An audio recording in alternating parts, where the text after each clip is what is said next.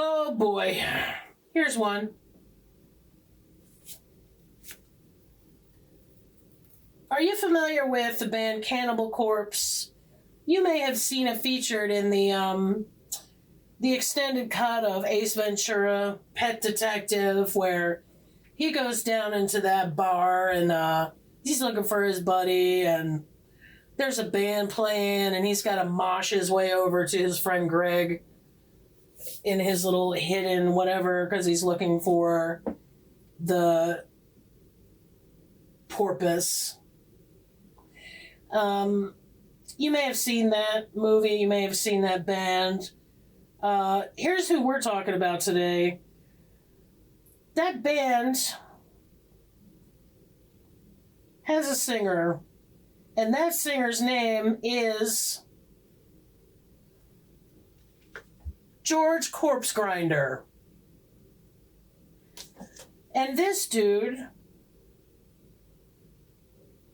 is world famous. Do you want to know why?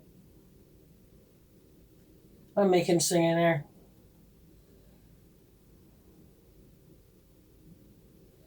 I'll tell you why that dude's famous. He has this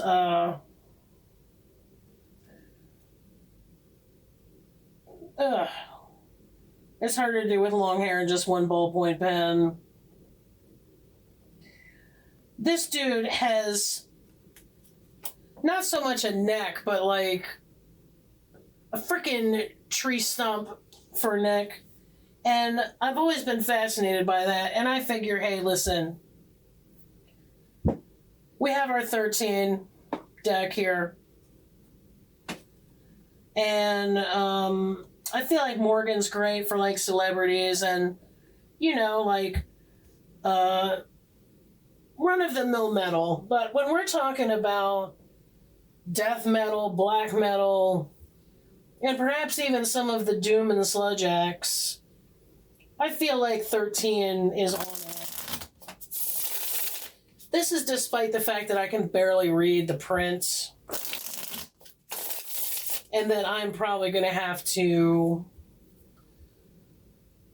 produce for myself a Reader's Digest big print edition of the thingy, the guide, I guess. But we are going to bravely go with no glasses, which, you know, they are upstairs and I could conceivably go get them.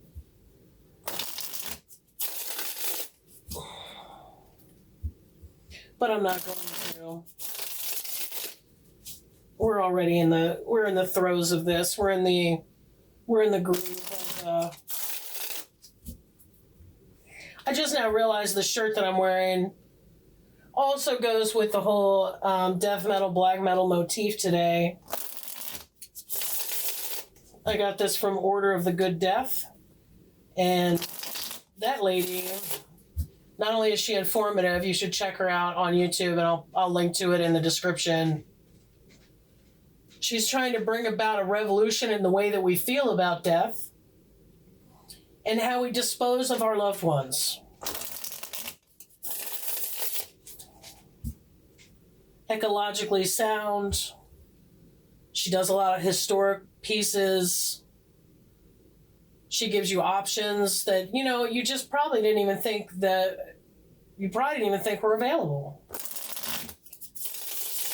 She's been a huge proponent for that water hydrolysis, I believe it's called, aqua hydrolysis, which is basically what they use at the vets. It renders the carcasses of the puppies and kitties into just water that you can safely dispose of in the public water supply. Well, like, why can't we do that with our bodies, right? I mean, why isn't that available? So, my guess would be the funeral industry doesn't want to miss out on their 30 grand. But hey, you know, I'm a cremator. All right, so back to the issue. I'm just doing I'm going to treat George Corpsegrinder's neck like it's its own person. Just like I did with the Littlest Richard the other day, where I treated Little Richard's influence like it was an actual person. We're going to get the past, present, and future of this dude's neck. I mean, if you see any footage of the neck, you're like, what am I looking at? It doesn't even look like a neck anymore. And I find it interesting, and I love muscle, I love strength. So my first guess also is, I bet you he never has to have the cervical surgeries that Tom Araya from Slayer, some of the other head bangy, that I don't even know if that dude from Carcass, I should check and see if he's had the surgery. The hair swinger, the twirler. I mean, I've had that damn surgery. But I bet you he's never gonna need it. And so I feel that his big ass neck qualifies for some analysis, as if it were a person. That is my methodology here. The defense rests. 13, which is going to be your name. The old 13 routine. You are 13.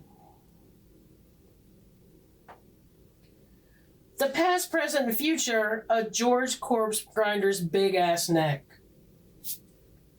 Please to show. Present.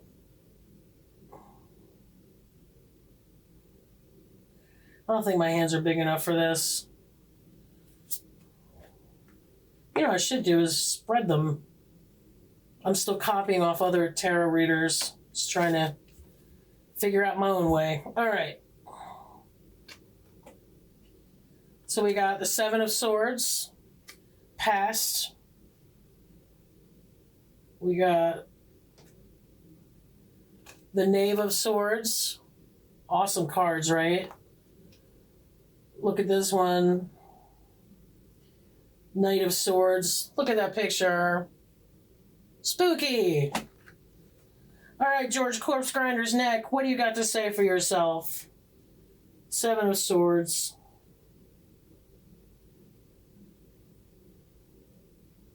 Knave of Swords. Make me write it out. That's fine. That's fine. And then the Knight of Swords. That's a lot of swords. Don't you feel? Don't you think?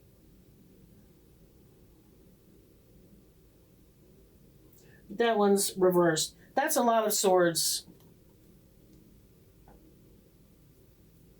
I'm transcribing these jokers tomorrow. This is ridiculous. But you see how I'm willing to suffer for my art? In the name of Corpsegrinder's neck. I wonder if that neck had a name, what would it be? Could you not do this right now? You're hard enough to read. Here we go. Seven of Swords. New plans, wishes, efforts, perseverance. That's my keyword. Attempt, fantasy. That's his past of his neck. The old corpse neck. Knave of Swords. Knave. What does that remind me of? Oh. Reminds me of high school as a joke. A faithful and loyal person, emissary, a stranger with good intentions, a consistent person. Brother, you ain't kidding, because that neck has never failed George. It's never failed him. But what is this future? I don't like this.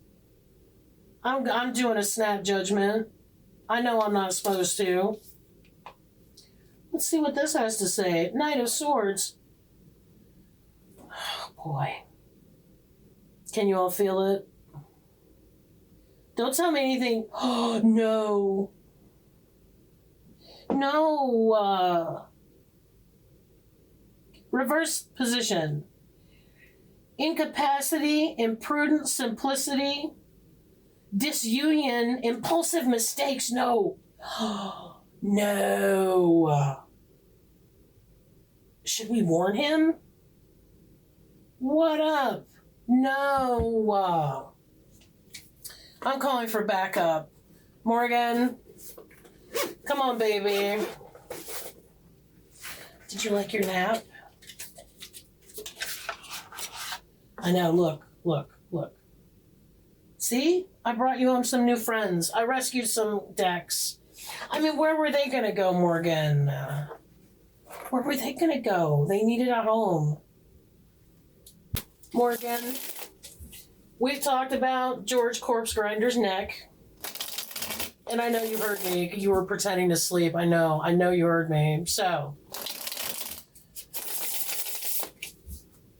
this ain't looking so hot for George. George's neck. The Corpseneck. This ain't looking so great. Morgan, my firstborn, can you please shed some light on what up? Ugh. I should have lint rolled my own self. I was all worried about this blanket. It was probably that cheddar cheese popcorn by Smart Food. I eat a lot of it. I'm probably going to end up with diverticulitis. Back to the issue, Morgan. What up with Corpseneck? Past, present, and future. Could you please let us know what up? What is up? You, I don't know why I always go for the Seven of Swords reverse. What are we doing, swords? I don't like where this is going. Not in the context of a neck. Ace of Pentacles reversed. Nine of Pentacles reversed. I already know what that is. Because I get that a lot. I've been getting that since I got this deck. Morgan has been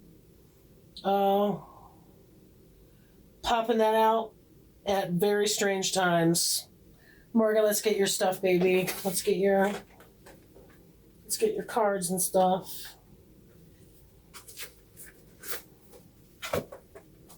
All right, dude. Hey, you thought you weren't going to have any airtime today, right? Look at us now. Look at it. Seven of Swords reversed. Past. Heed, advice, and counsel is the reverse. I don't like that at all. That's the past, so let's see. Ace of Pentacles. Well, I don't know if this applies. This is the neck, though, you see. Reverse says the misuse of wealth causes unhappiness and deterioration of character. I know it's not talking about George because there's actually a video you can see of him shopping at Target. He's quite the bargain hunter. He knows how to save him some money. I don't like this. I feel like Morgan and I are having relationship dynamic issues now. Flagrant displays, facade, bad faith. I feel like that's aimed at me. I don't know, buddy. Here's what I think. Let me try it another week. Let me see if there's some other layouts I could use. Right now, I'm just trying to get into the basics. I don't feel like this issue is settled either. And basically, the next year of me YouTubing is just going to be redoing these videos. By the 8th time, you'll be like, oh my God, are we seriously talking about George Corpsegrinder's neck again? Maybe. In the meanwhile, I think I'm going to transcribe this into some Reader's Digest prints. And I think Della's good to go with that. We learned that we didn't need thingies because the thingies are already there. The Women of Science, that's a great, the size of that print is fine. I don't need any help with that at all. I mean, that's perfect, actually. I know it costs money to do a bigger book and, you know, do the bigger set and everything. I mean, it's not that this is a problem. It's that I'm blind as hell. And I really need to get an eye exam. And this isn't bad either. This is very, it's gorgeous. The print's a little bigger, so I can read this. But the 13, man, that Joker, like, I'm definitely gonna... I'm gonna transcribe these.